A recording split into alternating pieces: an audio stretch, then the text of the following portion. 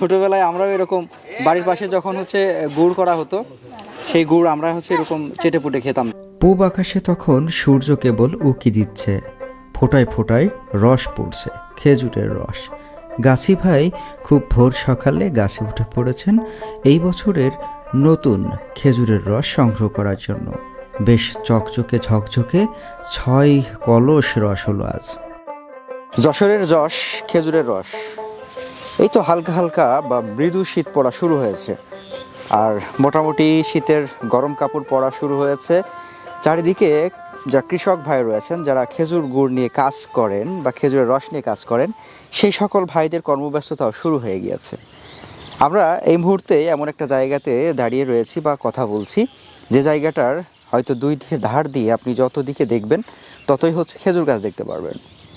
আর বৃহত্তর যশোর ঝিনাইদহ এলাকার কিন্তু একটা বিশেষ সমাদর রয়েছে এই খেজুরের রসের জন্য। আর এখানকার আবহাওয়াগত দিকের কারণে খেজুর রসের যে গুড়টা হয় সেটা বেশ অন্যান্য জায়গার তুলনায় অনেক সুন্দর মিষ্টি হয় এবং তার স্বাদটাও ভিন্ন হয়। দর্শক, আজকে খেজুরের গুড়ের সন্ধানে আপনাদেরকে নিয়ে চলে এসেছি হচ্ছে আমরা যশোরে।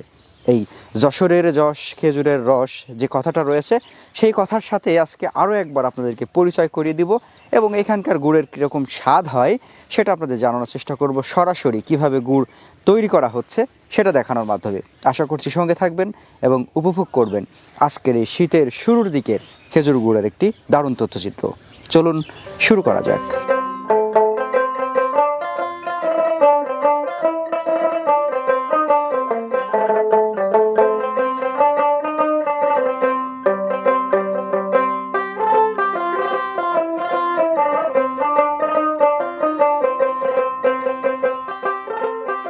আসসালামু আলাইকুম। ওয়ালাইকুম আসসালাম। কেমন আছেন? আল্লাহ খুব ভালো রেখেছে। যাক, আলহামদুলিল্লাহ। কি নাম আপনার? আমার নাম জসিম। জসিম উদ্দিন। আচ্ছা, আপনি এই খেজুরের গুড় তৈরি করেন কত বছর যাবত? 15 বছর থেকে। 15 বছর যাবত। কতটা গাছ আপনার আন্ডারে আছে? 105টা গাছ আছে। 105টা? আপনাদের এলাকাতে কি এই খেজুরের গুড় বেশি উৎপাদন হয় নাকি? আমার এলাকায় খেজুর গাছ আল্লাহর রহমতে খুব ভালোই আছে। আচ্ছা আচ্ছা। রাস্তার ধার দিয়ে যাক ভালোই হয় ইনশাআল্লাহ। আচ্ছা, এই 105টা গাছ, তার মানে এটা কি আপনারই সর্বোচ্চ এখানে? সব পারের গাছ আমি কাটি ভাগাই।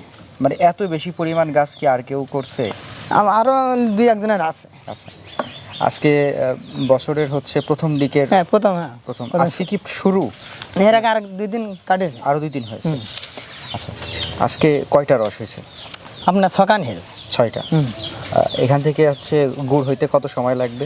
ঘন্টা খানি ধরে দেন এবার। ঘন্টাখানেক। আচ্ছা, প্রথমে কি করেন? গাছ থেকে নামানোর পরে গাছ থেকে লেবেনে আপনার ভাড়ে ঢালবো। ভাড়ের থেকে আপনার ওই মানে এক জায়গায় আপনি বাগে নিয়ে চলে আসবো। বাগে নিয়ে তারপর আমরা বাড়ি আসবো, বাড়ি এসে তারপর আমরা ছেঁকে ঢালবো। ঢালার পরে আপনাদের কাছে জাল দেবো, আগুন ধরিয়ে। আচ্ছা আচ্ছা, এটা কত সময় লাগবে তৈরি হতে? আপনার ঘন্টা নিতে সময় লাগবেই, 1 ঘন্টা। হ্যাঁ, যাই হোক, আজকে আমরা আমাদের পুরো চ্যানেলের টিম থেকে চলে আসছি আপনাদের এই গুড় কিভাবে তৈরি করেন সেটা দেখার জন্য। দেখা যাবে তো নাকি? ইনশাল্লাহ। যাক, তাহলে আমরা একটু অপেক্ষা করি। হ্যাঁ, ঠিক আছে, অপেক্ষা করেন, সমস্যা নেই। গুড় হবেন তো আপনার অপেক্ষা করেন। হবে, তারপর খেয়ে এখান থেকে ঠিক আছে, ঠিক আছে। হ্যাঁ,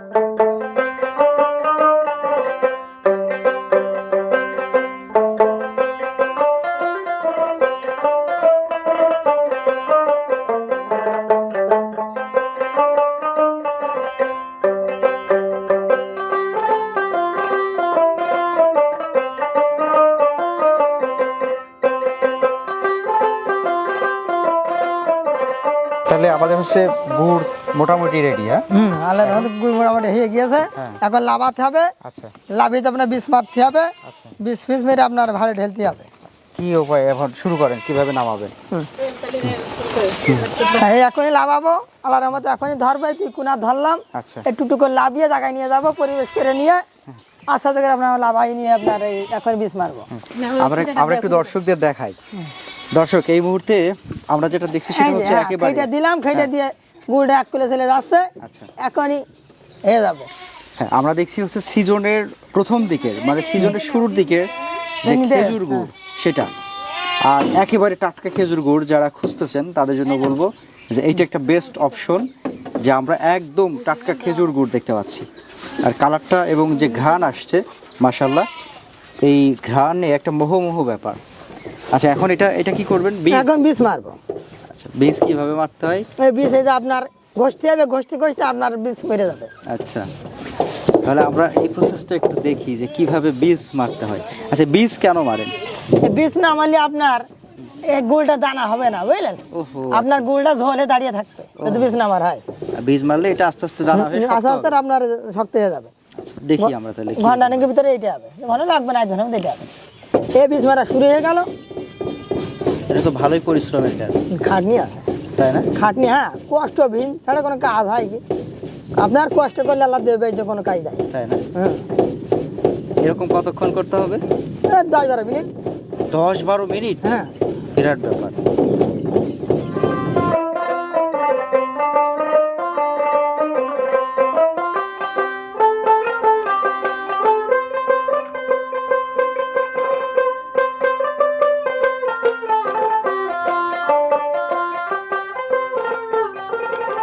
তাহলে মোটামুটি এখন কি রেডি?